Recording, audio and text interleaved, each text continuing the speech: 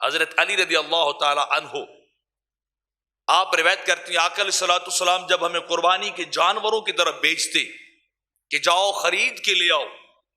تو آپ فرماتے علی ذرا ٹٹول کے دیکھ کے جانور لانا، ایسا جانور لے کے آنا جس کے اندر کسی قسم کے عیب نہ ہو، ایسا جانور لے کے آ جس کے اندر نقص نہ ہو، جس کے اندر کمی نہ ہو، صحیح اور سالم اور سلامت جانور تمہیں لانا چاہیے اور اسے اللہ کے نام پہ قربان کرنا چاہیے۔ کوئی عیب والا جانور جس کا کان چرا ہوا کسی طرف سے، جس کی آنکھ کے اندر کوئی مسئلہ ہو، جس کے جسم کے دوسرے حصوں کے اندر کوئی عیب اور نقص ہو، تو علی ایسا جانور نہ خرید کے لا، ایسا جانور اسے دیتے ہوئے شرم آتی ہے، اسے ایسا جانور نہیں دینا چاہیے، اس کی شان اور ذات کے لائق دینا چاہیے۔ اصول ہے نا جی، دنیا کا بھی قانون ہے کہ بندہ بیلی دوست کو تحفہ دے تو کم از کم وہ تو دے کہ اس جیسی کوئی چیز کائنات میں اور نہ ہو، اس جیسی چیز اور نہ ہو۔ یہاں دنیا میں اگر ہمارا کس سے تعلق ہو، دوست بیلی یارانہ ہو، تو ہماری کوشش ہوتی ہے کہ وہ دے جو کوئی اور نہ دے۔ ایسا دوست اپنے بیلی یار کو تحفہ دوں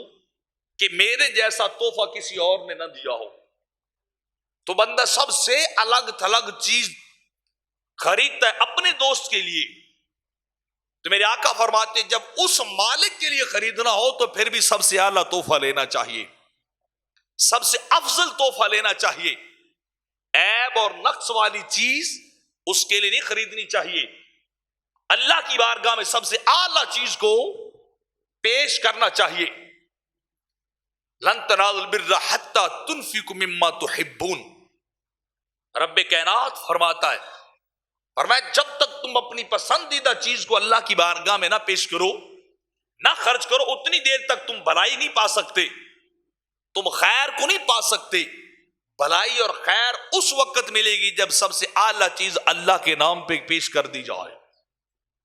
جب اللہ کے نام پہ قربان کر دی جائے۔ تو مولا کائنات روایت کرتے ہیں سرکار بڑی وصیت کر کے بیچتے، حکم دے کے بیچتے کہ جانور وہ ہو